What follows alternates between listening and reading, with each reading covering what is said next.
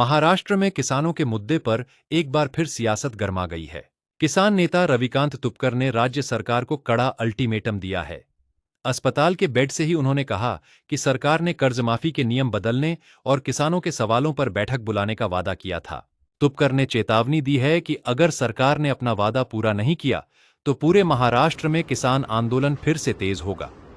उन्होंने कहा, जरूरत पड़ी तो मैं खुद मुंबई आकर आंदोलन पर बैठूंगा और एक बार बैठ गया तो उठूंगा नहीं। फिलहाल तुपकर की तबीयत में सुधार हो रहा है, लेकिन उन्होंने सरकार को जल्द फैसला लेने की चेतावनी दी है।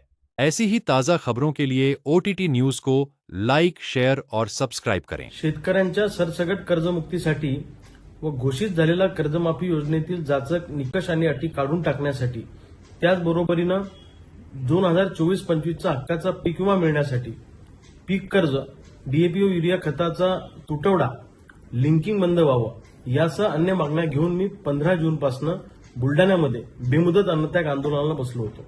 5 दिवस महाराष्ट्रातला शेतकरी मोठ्या संख्येने रस्त्यावर उतरला होता आणि तब्बल 5 दिवसानंतर महाराष्ट्राच्या मुख्यमंत्र्यांच्या वतीनं जलसंपदा मंत्री गिरीश भाऊ महाजन उपोषणस्थळी आले आणि त्यांनी आम्हाला आश्वस्त केलं की सुट्ट्या संपल्यानंतरचे 5-6 दिवस जे पुढचे असतील त्या दिवसांमध्ये आम्ही मुख्यमंत्र्यांबरोबर तुमची विस्तृत अशी चर्चा घडवून आणतो, तुम्ही तुमची भूमिका मांडा शेतकऱ्यांच्या वतीनं आणि सकारात्मक बदल त्या कर्जमाफी योजनेमध्ये आपण करू, हा शब्द त्यांनी दिला। सरकारने दिलेला शब्द पाळावा अशी आमची अपेक्षा आहे। हवं तर अजून 4-5 दिवस तुम्ही शिल्लक घ्या बैठक लावायला, आमचं काही म्हणणं नाही, पण बैठक लावून त्यात सकारात्मक मार्ग काढा। आणि सरकारनं जर का बैठक लावायला दगाफटका केला किंवा कर्जमाफी योजनेतल्या बदलासंदर्भात निर्णय घेतले नाही तर मग मात्र महाराष्ट्रातला शेतकरी तुम्हाला 5-6 दिवसानंतर रस्त्यावर दिसेल, हे मात्र मला सरकारला ठणकावून सांगायचं आहे। आणि मी स्वतः मुंबईत येऊन आंदोलनाला बसीन आणि एकदा बसलो तर उठणार नाही। सरकारने ध्यानात ठेवावं, महाराष्ट्रातल्या शेतकऱ्यांच्या संयमाचा अंत सरकारनं पाहू नये। शेतकरी जर का खवळला तर यांना रस्त्यावर फिरणं सुद्धा मुश्किल होईल।